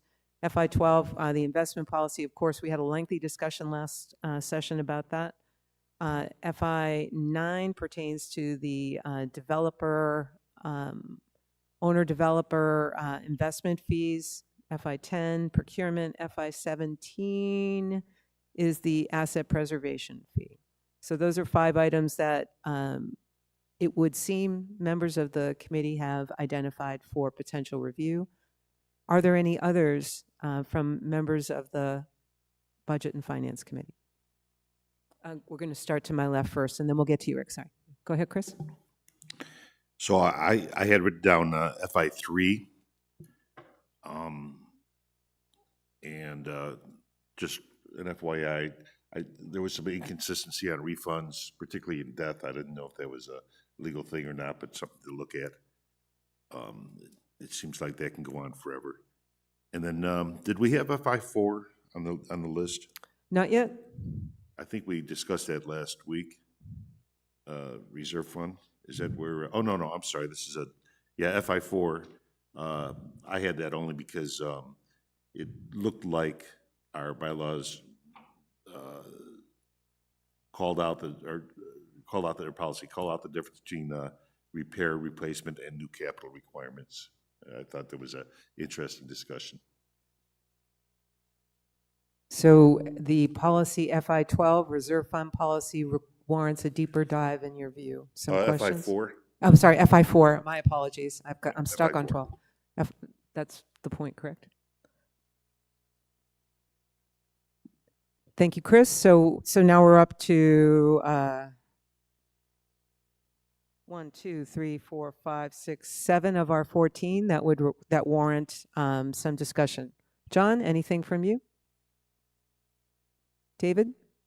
I concur with the issue of the reserve fund, because I think in discussion of FI12, it may blend over into that. And so I want to have that opportunity to look at that if we need to. Not that necessarily I see anything wrong with it, but I think it needs to be there.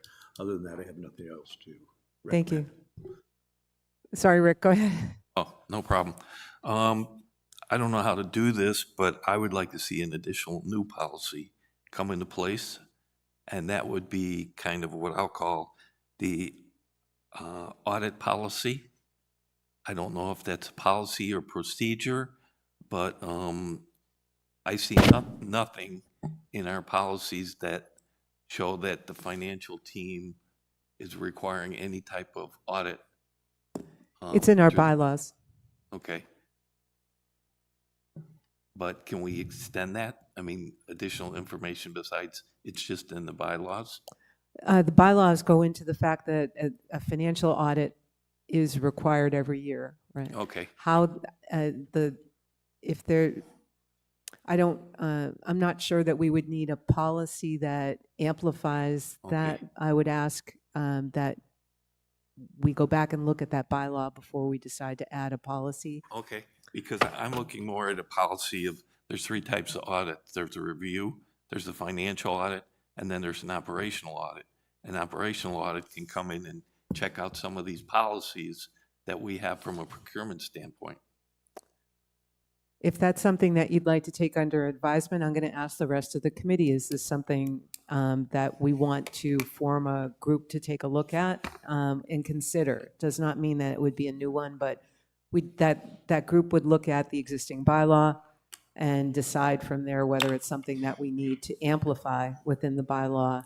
And remembering that we're the what, not the how, right? But I think what you just described, Rick, is it could conceivably be more the what, right? What do we need from an audit perspective? Am I Right. hearing you correctly? Yeah. So before we, it sounds like you may have a point of view on this, but I just wanted to, go ahead. Actually printed the bylaw off for today in case it got brought up. Oh, And okay. I can read it, what it says. I was what going to do the bylaw it same, is. but yeah, go right ahead. Okay. It is bylaw, it's under the Article 4 and its duties and responsibilities of the governing board, and 4.19.11. The audit report, well, let me throw my glasses on here, hang on a second. The audit report shall include, but is not limited to, the following: the balance sheet as of the end of the fiscal year, an operating income statement for the fiscal year, a statement of cash flows for the fiscal year, a letter of management that identifies financial activities that require remedial action, and a review of the financial activities to determine if they are in compliance with the corresponding association financial policies. Mm-hmm. That's what it says about the audit, and that's the scope of the audit as well. And the audit reports are you probably know this, Rick, but they're available to you and to any resident online, or you could come into the office, but they're all published online. So there's last year's audit report from our public auditing firm, CLA, is available for review. Still want to propose that? Or consider it? Could you turn your microphone on? Oh, I would like to hear the committee's viewpoint on Okay. it. That's all. So, committee, is this something that we want to take under advisement and consider a new policy pertaining to conducting auditing? Terry? Yes. Yes. It's not a vote, by the way, you're just weighing in, so, but thank you. Does anyone object? We could even take it that way, but go ahead. I just didn't know if we want to put it that way, or if we want to put it as an agenda item to have a discussion on it. We would form there's way too much that goes into it. It's something that we'd have to take under advisement, and we'd have a couple of us take a look at it and decide, Okay. come back and report to us. I have no objection. Yeah. Okay. And Jim, Mickey, I know you did a lot of auditing as professionally before retirement. What do you think? So I will tell you that the bylaw is clear in my professional opinion. And I think that a policy that might go into, so an audit, if you think about it, an audit as described in the bylaw is a financial audit. Right. And it's specifically, there are specifically required items in it that actually the AICPA kind of defines. So to tell you the truth, am actually not in favor of looking into a policy around the audit. If you wanted to look at something that goes further and is operational, that's actually not a financial audit and is not covered as a financial audit. That is actually a different operational review. Thank you for clarifying. If there's a group of folks that want to take that under advisement and have a deeper discussion, I would welcome that. I know a number of folks have raised this as a concern here on the committee.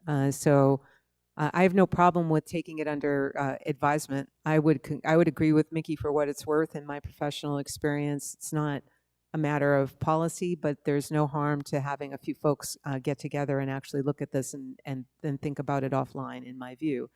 So with that being said, we can, a number of the folks here, by matter of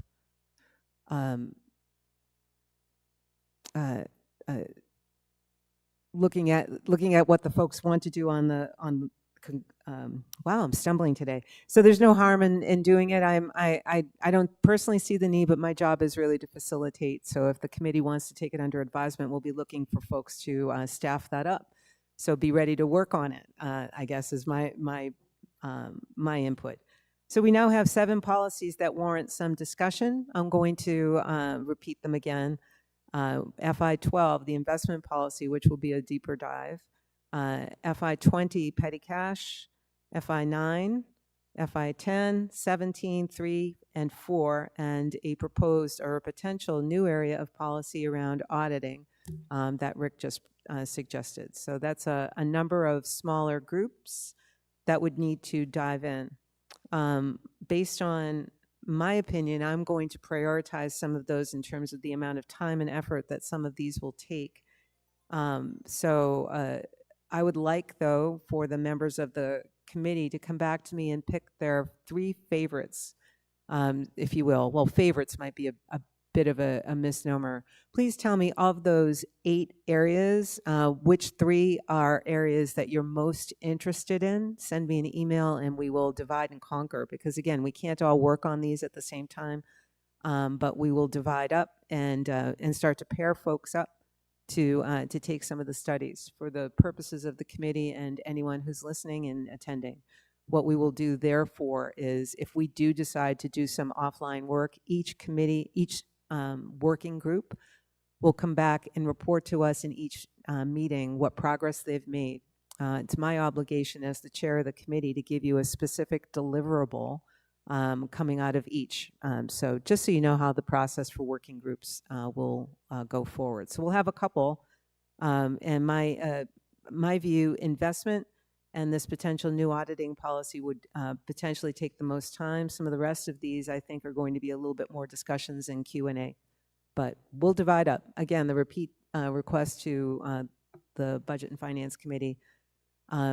Take each of these items, pick 3 that you would like to take some role in joining, and remember that this will require time outside of our meetings to conduct, so you can't most likely do more than one of those at a time. So let me know which are of biggest interest to you, and we'll have a conversation offline on how to organize.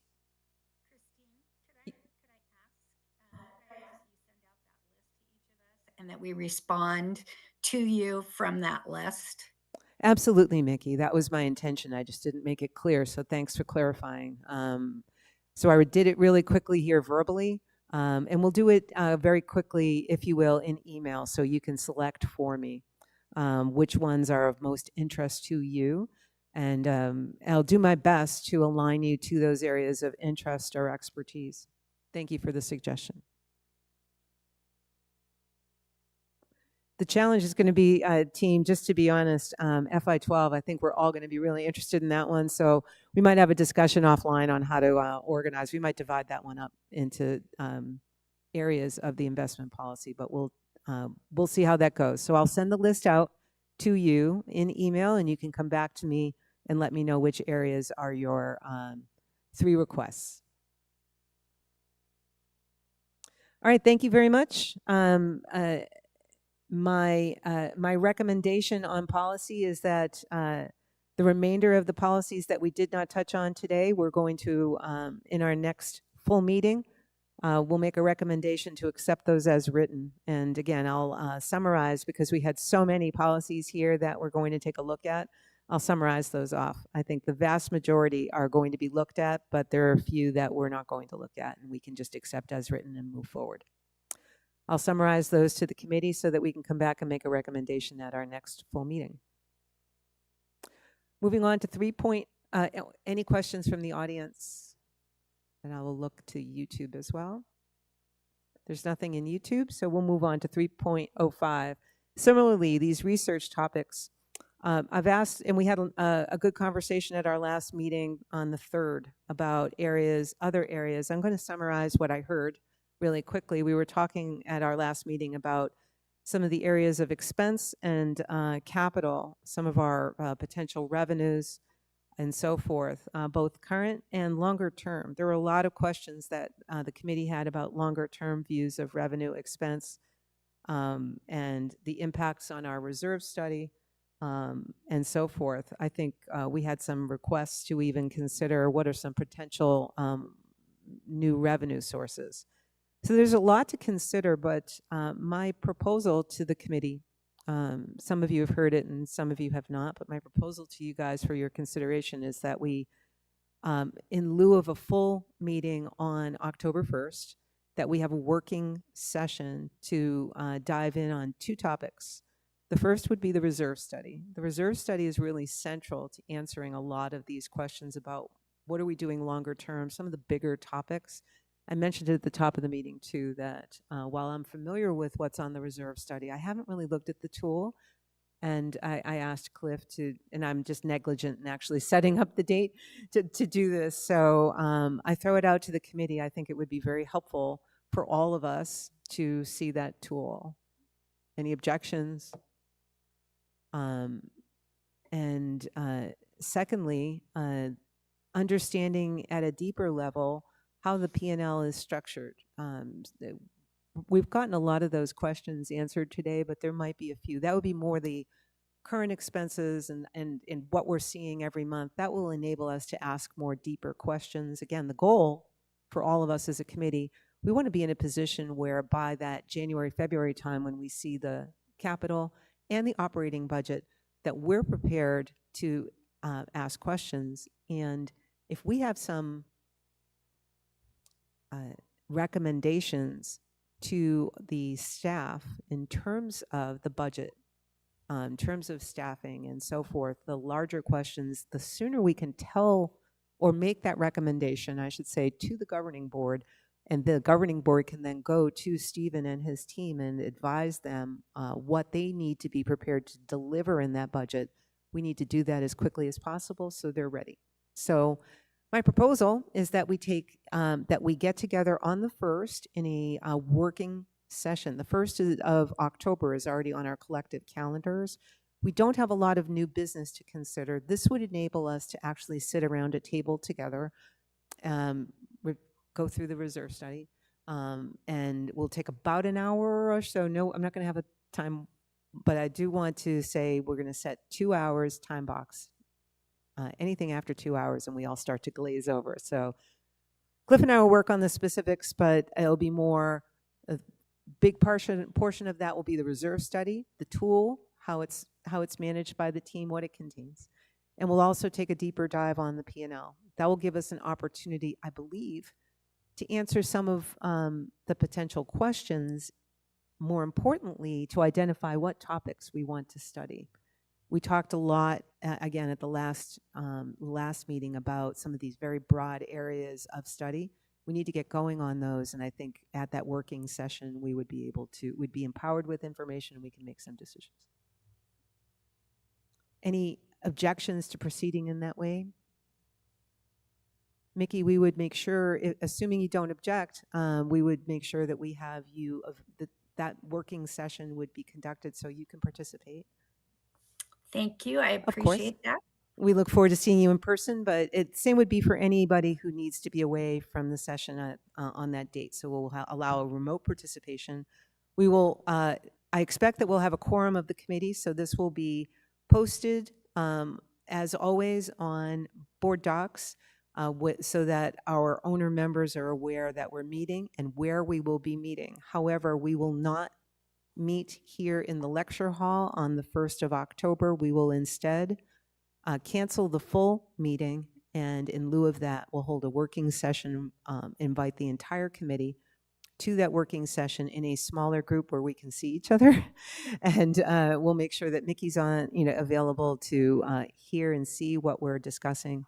And at this point, the 2 agenda topics will be reserve study and a deeper dive on our P&L structure. If there are other agenda topics that, Cliff, you think warrant attention or that anybody on the committee thinks we need, but that's just a way to get us started and organized in a 2-hour session. I think that will empower us to then spin off and really start diving into the investment policy and some of the other policies we've talked about as well. Any objections? Any questions from our owner members, residents? Okay. So the logistics in terms of where we will meet, you'll have to leave that to me, and for our owner members, just know that it will be posted, but we will not be in this room on the 1st of October.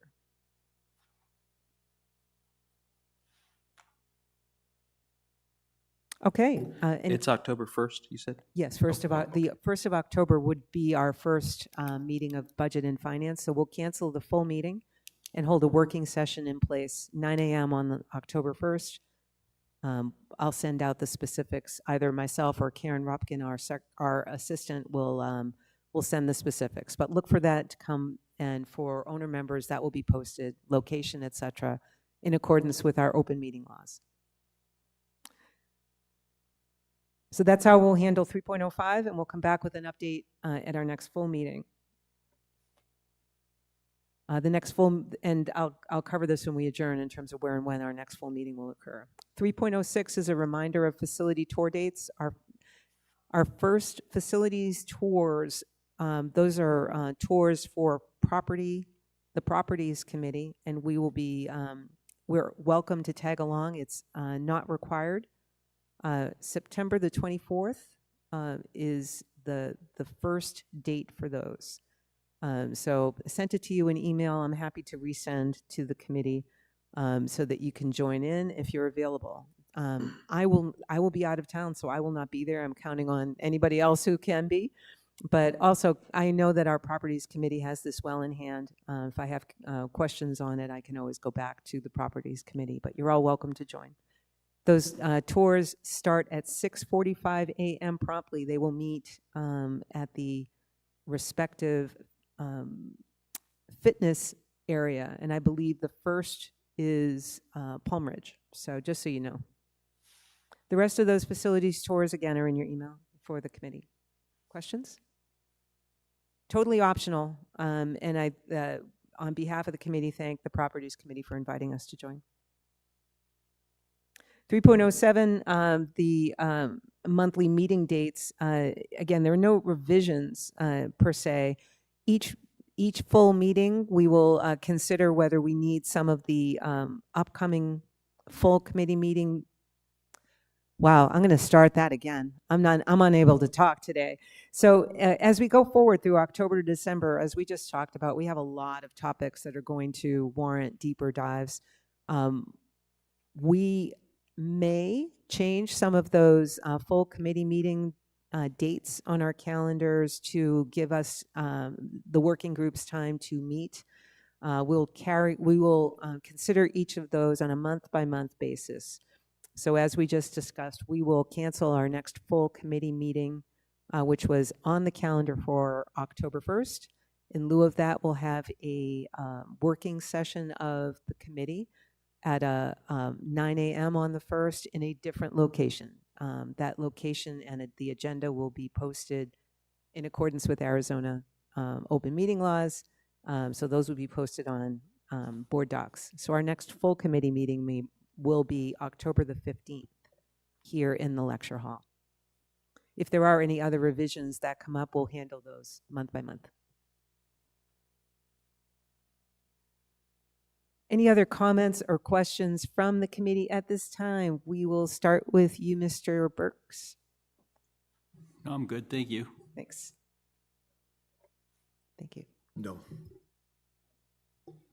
No question. Thank you, Chris. Nope, good here. Mickey, I'm good. any comments from our remaining guest or staff members? Okay, then again, October 15th, 9 a.m. in the lecture hall will be our next full committee meeting. We'll have our working session on October the 1st. That's it for today. Thank you all for joining. I adjourn the meeting at 10:58 a.m.